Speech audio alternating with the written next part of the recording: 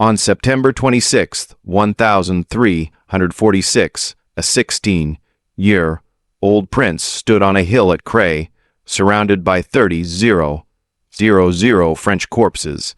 Edward of Woodstock, the Black Prince, had just commanded his first battle, and his father, King Edward Roman III, had refused to send help, declaring, "Let the boy win his spurs." The boy had done more than that. He'd annihilated the flower of French chivalry, standing calm as blind King John of Bohemia charged to certain death as French knights trampled their own crossbowmen. As Europe's most powerful army dissolved into bloody chaos, the Golden Prince in black armor was Ned on the field, surrounded by admiring nobles who called him the perfect embodiment of chivalry. No one could have imagined that this shining hero would become medieval Europe's most notorious killer. Edward was everything medieval society idealized in a warrior prince. Tall, handsome, educated in languages and warfare, generous to his followers, and supposedly merciful to defeated enemies. After capturing King John Roman II of France at Poitiers in 1356, he famously served the king dinner personally, claiming he wasn't worthy to sit at the same table as royalty. Chroniclers praised his courtesy, his religious devotion, his perfect adherence to Catholic codes. He founded religious chapels, gave alms to the poor, and wore the ostrich feather badge with the humble motto, "I serve." French nobles who surrendered to him initially spoke of his honor and proper treatment. He was by every standard of his age the perfect Christian knight. But something darker lurked beneath the shining armor. Even at sea, observers noted how he watched the French nobles drowning in their own blood with peculiar satisfaction. During his first independent command in 1355, he began developing what he called the chevauchée, a military strategy that was essentially systematic terrorism. The idea was simple: destroy everything that could support life. Burn crops, poison wells, slaughter livestock, destroy mills, burn churches, level entire towns, and kill anyone who couldn't be ransomed. Make the land so desolate that it couldn't support armies, governments, or even basic civilization. It was total war. 5 centuries before the term was invented, the 1355 Grand Chevauchée carved a 900-mile path of absolute destruction across southern France. Starting from Bordeaux, the Black Prince's army destroyed over 500 towns and villages, including the complete annihilation of Carassen's lower town, which never recovered its medieval prosperity. His explicit orders were to burn and destroy everything. Soldiers were paid bonuses for the most thorough destruction. Churches were specifically targeted, not for their wealth, but to break French morale. Monks and priests were tortured to reveal hidden valuables, then killed anyway. The psychological impact was devastating.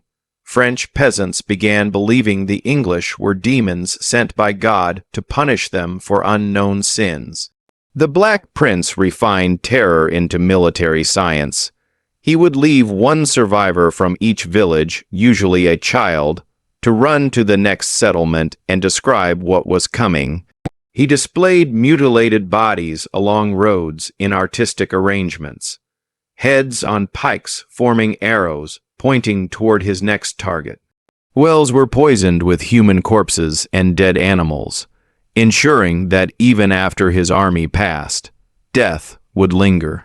One French chronicler wrote, "The English came not as warriors, but as harvesters of death, leaving nothing but crows and wolves to inhabit what were once prosperous lands.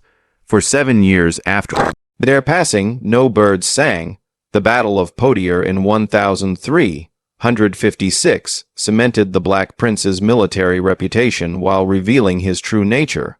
Outnumbered 2-1, he destroyed the French army and captured King John Roman II. The battle itself was a masterpiece of tactics, but the aftermath showed his evolving cruelty. while he treated the king with elaborate courtesy for propaganda purposes. French soldiers were systematically executed. Those who couldn't pay ransom were blinded and released to be burdens on French society. The contrast between his treatment of valuable nobles and worthless commoners exposed the lie of chivalry honor. It only applied to those who could pay. In 1367, the Black Prince intervened in the Castilian Civil War, restoring Pedro the Cruel to the Spanish throne. The campaign revealed new depths of depravity. He watched approvingly as Pedro murdered his own brother with a dagger, then helped execute 7-0 prisoners after the Battle of Niger. Spanish chronicles describe rivers running red for 7 days, but Spain would have its revenge. The prince contracted what historians believe was dysentery or cancer during the campaign. The disease would spend the next 9 years slowly rotting him from the inside, what many contemporaries saw as divine punishment for his crimes in God's own kingdom of Castile. As Prince of Aquitaine from 1362 to 1371, Edward transformed from military terrorist to economic vampire. He imposed crushing taxes that drove noble families into poverty and caused merchants to flee. The hearth tax he instituted was so burdensome that entire villages were abandoned. He sold safe passages to merchants, then had them robbed by bandits who were actually his soldiers. Towns were forced to pay protection money or face destruction. When the Aquitanian nobles finally rebelled, they cited not just the taxes, but the complete breakdown of law and justice under his rule. The perfect knight had become a perfect extortionist, squeezing his subjects until they had nothing left to give. After Spain, the Black Prince was never the same. The illness that struck him was described by contemporaries as a great sickness and rotting of the blood. He couldn't ride a horse, instead being carried in a litter like a corpse. His skin turned yellow and black in patches. He suffered constant fever and bloody flux. Some days he couldn't even stand, yet the sickness seemed to make him cruel, as if his rotting body was revealing his rotting soul. He ordered executions from his sick bed, planned massacres while fevered, and signed death warrants when he could barely hold a quill. His own knights began avoiding him, claiming his presence brought bad luck. The massacre of Limoges in 1370 destroyed whatever remained of the Black Prince's reputation. When the city defected to the French, he took it personally. After a 6-month siege that starved the population into eating rats and leather, he ordered every living soul killed. 3,000 civilians, men, women, children, priests, everyone were systematically butchered. Soldiers went house to house with axes. Babies were thrown down wells. Pregnant women were cut open. The Bishop of Limoges crawled to the prince's litter, begging for mercy on his knees. The prince, too sick to stand, but not too sick to hate, watched it all from his litter, giving specific orders about who should die how. French chronicler Jean Froissart, who had previously praised the Black Prince, wrote of Limoges, "It was a great pity to see the men, women, and children who knelt before the prince crying for mercy. But he was so inflamed with anger that he listened to no one. More than 3,000 were put to the sword. God have mercy on their souls, for they were true martyrs." Even English knights were horrified. Some refused to participate. Others carried out the orders, but later testified they had nightmares for years. The French began calling him the terror of God, believing he was divine punishment made flesh for humanity's sins. The Black Prince's methods, horrific as they were, revolutionized medieval warfare. He proved that chivalry was a luxury that victory couldn't afford. His chevaux showed that economic destruction was more effective than battlefield victories. His use of terror as a weapon taught future commanders that breaking enemy morale was easier than breaking their armies. He turned war from a noble sport into systematic destruction. The age of gallant knights meeting in honorable combat died with his campaigns. In its place rose the age of professional soldiers, total war, and the understanding that in war there were no innocents, only targets. The prince surrounded himself with men who shared his evolving brutality. His Welsh longbow bowmen were notorious for their cruelty, often blinding prisoners by shooting out their eyes for sport. His Gascon mercenaries, led by men like Jean Degger, were given free rein to pillage and murder. These weren't noble knights, but professional killers who saw war as business and terror as a tool. The prince protected them from all criticism, even when they raped nuns or burned pilgrims alive. He created a military culture where the worst atrocities were not just permitted, but rewarded. The more brutal the soldier, the higher he rose in the prince's service. Throughout his descent into monstrosity, the Black Prince maintained elaborate religious observances. He founded chantry chapels where monks would pray for his soul in perpetuity. He made pilgrimages to shrines, always leaving generous donations. Before each massacre, he heard Mass. After each atrocity, he confessed and received absolution. He carried religious relics into battle and claimed his victories were God's will. This wasn't seen as hypocrisy in medieval times, but as proper Christian warfare, killing the body to save the soul. Yet even by medieval standards, his combination of piety and cruelty was extreme. He would pray while ordering executions, take communion before commanding massacres. The prince's brutality ultimately destroyed everything he had fought to win. Aquitanian nobles who had initially welcomed English rule were driven to rebellion by his tyranny. Town after town defected back to France, preferring French law to English terror. By 1371, almost all the territories won over decades of war were lost. The prince, now too sick to fight, could only watch from his litter as his life's work crumbled. He tried one last campaign, attempting to burn Montpellier with its entire population inside, but failed even at this final atrocity. He resigned as Prince of Aquitaine in humiliation, carried back to England on a ship, weeping with rage and fever. The Black Prince's son, Richard Roman II, would pay for his father's sins.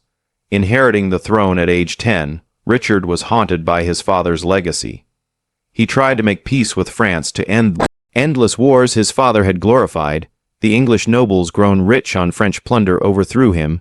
He was murdered, probably starved to death in Pontefract Castle at age 33. The direct line of Black Prince ended with a murdered king, as if the very bloodline was cursed. French chroniclers saw divine justice in this end. The sins of the father visited upon the son. The perfect knight dynasty died as violently as the thousands he had killed. The Black Prince's campaigns left economic scars that lasted generations. The regions he devastated in the 1350s still showed massive population decline in the 1420s. Agricultural production in southern France didn't recover to pre-war levels for over a century.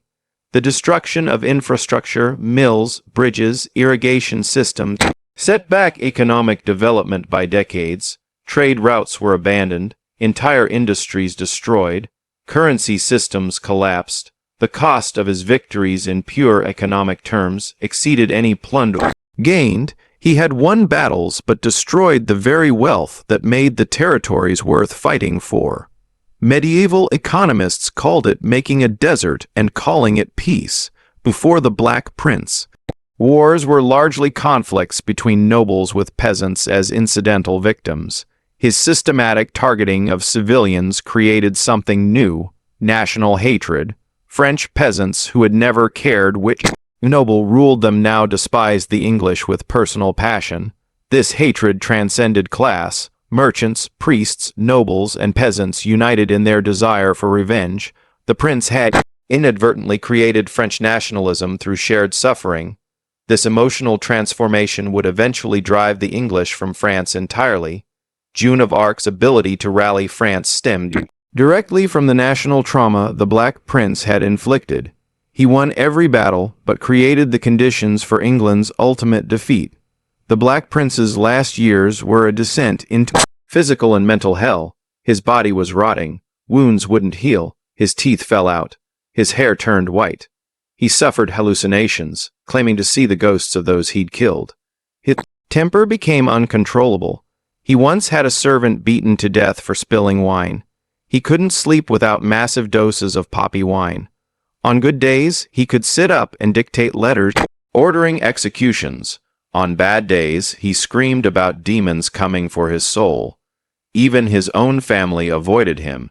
His father, the king, visited rarely. His wife stayed in separate chambers. His surviving brothers found excuses to be elsewhere. On June 8, 1376, Trinity Sunday, the Black Prince died at age 45. His death was as horrible as his life had become. Witnesses described him alternating between begging God for forgiveness and cursing his enemies for damnation. He supposedly saw visions of the massacre victims surrounding his bed. His final words were reportedly, "I have done evil, I know it. I know it," though English chroniclers claimed he died peacefully after confession.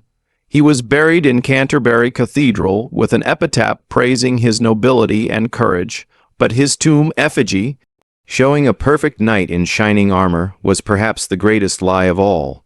The real Black Prince had died as he lived, in blood and horror. The Black Prince's death brought no peace to England or France. The power vacuum he left sparked new conflicts. His father, Edward Roman III, died a year later, leaving the child Richard Roman II on the throne. The French, emboldened by the removal of their greatest tormentor, immediately began reconquering lost territory. English garrisons he had established were systematically besieged and destroyed. The mercenary companies he had employed turned to brigandage, terrorizing the very lands they once protected. His military innovations, the professionalization of warfare, the use of economic destruction, were adopted by all sides, making war even more terrible. His legacy was not victory, but endless escalating violence. The French response to the Black Prince's death was celebration mixed with continued fear. Churches across France held services of thanksgiving, but mothers still used his name to frighten children. "Be good, or the Black Prince will get you." Sites of his massacres became pilgrimage destinations where people came to pray for the dead. The French nobility, many of whom had lost fathers and brothers to his campaigns, swore oaths of revenge that would drive the war for another generation.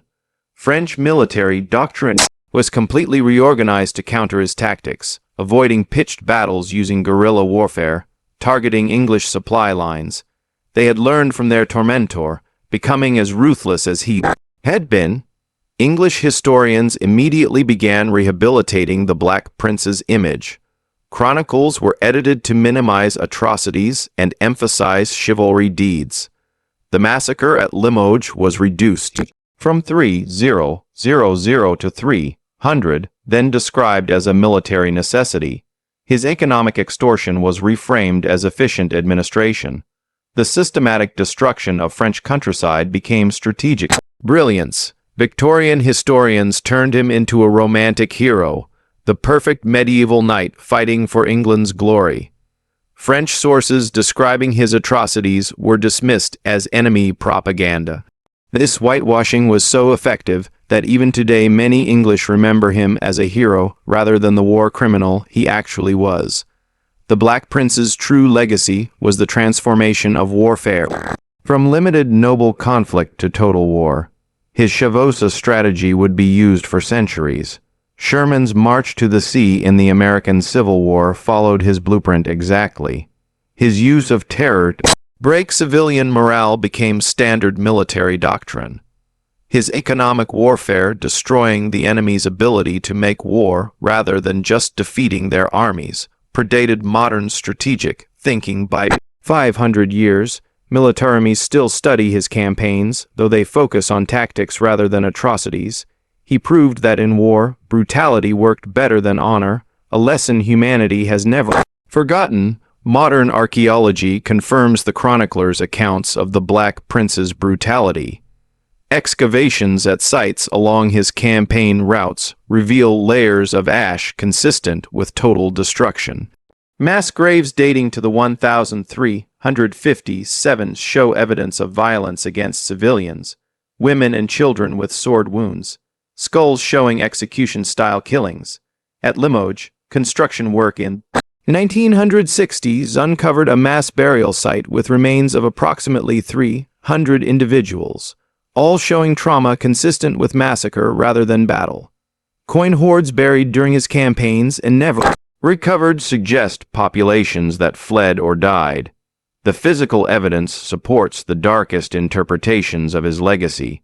Medieval theologians struggled to reconcile the Black Prince's obvious evil with his Christian victories. Some argued he was God's scourge like Attila, sent to punish sinful France. Others claimed his illness and horrible death proved divine judgment. The Pope never officially condemned him, needing English support against French dominance, but several bishops privately wrote that his soul was surely damned. Miracle stories arose of his victims becoming saints. Through martyrdom, the chapel he built at Canterbury, where he's buried, was said to be haunted by those he killed. Pilgrims reported hearing screams and seeing blood on his tomb. The church's verdict was unspoken but clear. Hero or not, the Black Prince was hellbound. Modern psychologists studying historical accounts have theorized about the Black Prince's transformation from hero to monster. Some suggest the pressure of living up to his father's expectations drove him to extremes. Others point to possible brain damage from head injuries in battle affecting his judgment and empathy. The disease that killed him might have caused neurological changes, increasing aggression and reducing impulse control. But the most compelling theory is simpler. War revealed his true nature. The chivalrous knight was always a mask hiding a sadistic killer who found in warfare the perfect excuse to indulge his darkest impulses. The perfect knight was perfect precisely because he perfectly embodied warfare's essential brutality. While chroniclers focused on nobles and battles, occasional glimpses of common victims survive. A French merchant's letter describes finding his entire family dead after a chev. A priest's diary from Karasan records burying 847 parishioners in 3 days.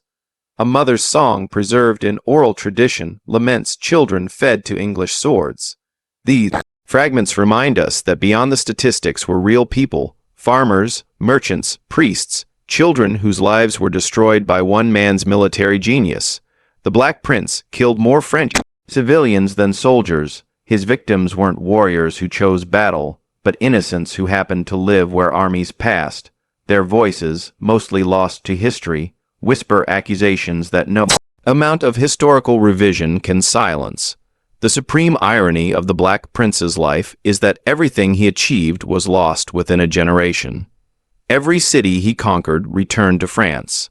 Every noble family he elevated fell from power. The dynasty he fought to establish ended with his son's murder. England spent centuries and countless lives trying to hold French territory, but ultimately lost everything except Calais. The 100 Years' War he helped start ended in total English defeat. His tactical innovations made war more terrible, but didn't change its outcome. He caused immeasurable suffering for absolutely nothing. The perfect knight's perfect victories led to perfect failure. History's judgment is clear. The Black Prince was both medieval Europe's most feared killer and its most futile. Today, the Black Prince exists in two completely different versions. In England, he's still often portrayed as a chivalric hero with pubs, streets, and schools bearing his name. His tomb at Canterbury remains a tourist attraction where guides speak of his military genius while glossing over his atrocities. In France, particularly in regions he devastated, he remembered as El Raz Noir, the Black Prince, with all the sinister implications that name carries. Limoges has never forgotten its massacre. Carcassonnen's museum displays evidence of his destruction. Split memory reflects how nations construct different histories from the same events. The perfect knight to some remains the perfect monster to others. And perhaps that duality is his truest legacy.